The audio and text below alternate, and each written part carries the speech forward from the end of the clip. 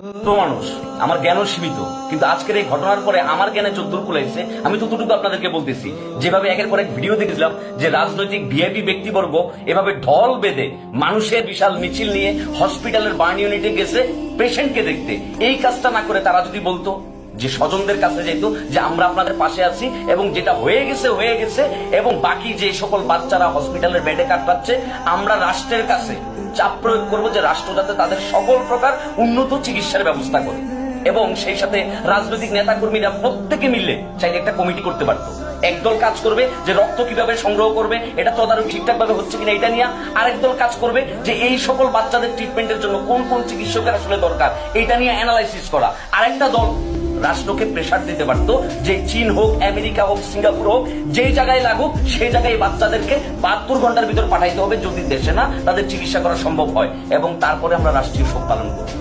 এই কাজগুলো আমাদের রাজনৈতিক ব্যক্তিবর্গরা করতে পারতো, কিন্তু ওনারা যে কাজটা করছে এটাতে সাধারণ মানুষ ওনাদের উপর বিক্ষুব্ধ হয়ে গেছে।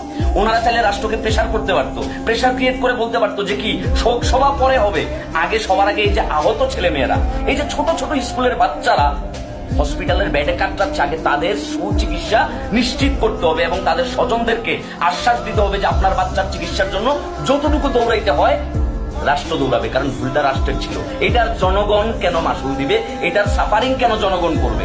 নো, জনগণ ট্যাক্স দিচ্ছে, জনগণ দিনের পর দিন তাদের ঘাম, শ্রম, রেমিটেন্স, ট্যাক্স কর দিয়ে এই দেশের রাষ্ট্রকে আস্তে আস্তে বড় করতেছে। আর কিছু নীতি নির্ধারণকারীরা, দুর্নীতিবাজরা, লোভী মানুষরা ভুলভাল পরিচালনায় দেশটা চালাচ্ছে, যার সাফারিং আজকে বাচ্চারা।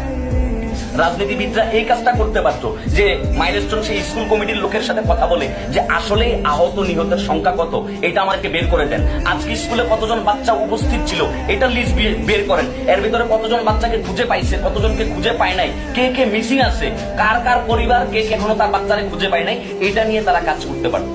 তাইলে হয়তো এইভাবে সাধারণ জনগণের কাছে গিয়ে আপনি পৌঁছাইতে পারতেন। আমি জানি না, আমি ছোট মানুষ, আমার মস্তিষ্কে যতটুকু গুলাইছে আমি ততটুকু বলছি যে আমি হয়তো